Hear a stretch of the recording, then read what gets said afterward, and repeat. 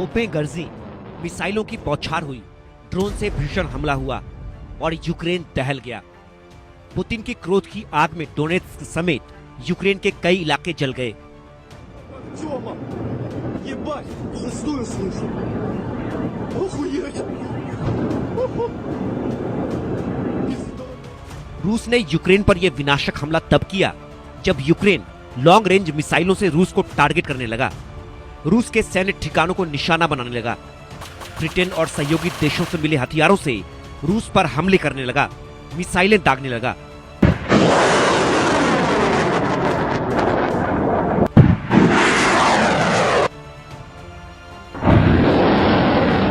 रूस का आरोप है कि यूक्रेन को यह विनाशक हथियार ब्रिटेन ने मुहैया कराए।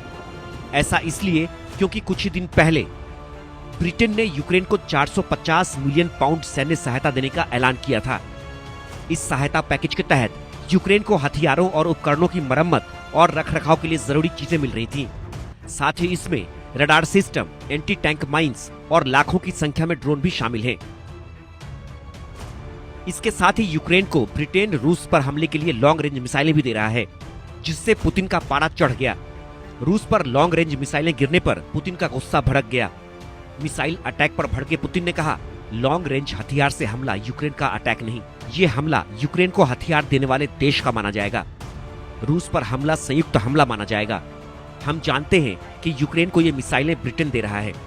ब्रिटेन इस जंग को वर्ल्ड वॉर की ओर ले जा रहा है। ब्रिटेन को इसकी कीमत चुकानी होगी। ब्रिटेन के साथ ही रूस ने अमेरिका को भी इशारों ही इशारों में बड़ी चेतावनी दी है। अमेरिका को वार्निंग इसलिए क्योंकि हाल ही में नीदरलैंड के हेग में आयोजित नाटो की बैठक के दौरान अमेरिका के राष्ट्रपति डोनाल्ड ट्रंप और यूक्रेनी राष्ट्रपति जेलेंस्की के बीच मुलाकात हुई। इस मुलाकात में यूक्रेन को सैन्य सहायता देने पर चर्चा हुई। जेलेंस्की ने ट्रंप से खतरनाक ड्रोन समेत घातक हथियारों की मांग की। इसी दौरान रूस ने यूक्रेन के निप्रो शहर पर भीषण हमले किए, जिसमें कई लोगों की जान गई और सैकड़ों लोग घायल हुए। इसके साथ ही रूसी सेना ने पूर्वी यूक्रेन के डोनेत्स्क में शेवचेंको गांव पर कब्जा कर लिया। ये इलाका यूक्रेन के लिथियम भंडार के पास स्थित है और रणनीतिक रूप से बेहद अहम माना जाता है। 3.5 साल की जंग में रूस की यह बढ़त बड़ी कामयाबी बताई जा रही है। रूसी रक्षा मंत्रालय ने पुष्टि की है कि शेवचेंको और नोवोसिरहिव्का नाम के 2 बस्तियों पर कब्जा कर लिया है। पुतिन की सेना लगातार आगे बढ़ रही है, यूक्रेन पर कब्जे के लिए पूरी ताकत झोंक रही है। लेकिन यूक्रेन के मिसाइल अटैक के बाद रूस के टारगेट पर अब वो देश भी आ गए हैं जो यूक्रेन को हथियार दे रहे हैं, सैन्य सहायता मुहैया करा रहे हैं, सुसाइडल ड्रोन पहुंचा रहे हैं। ऐसे में सवाल है कि क्या पुतिन अब ब्रिटेन और अमेरिका को भी टारगेट करेंगे? क्या यूक्रेन के साथ ही जेलेंस्की को मदद पहुंचाने वाले देशों पर भी हमला करेंगे? और सवाल ये भी कि क्या पुतिन को छेड़ने का अंजाम थर्ड वर्ल्ड वॉर होगा?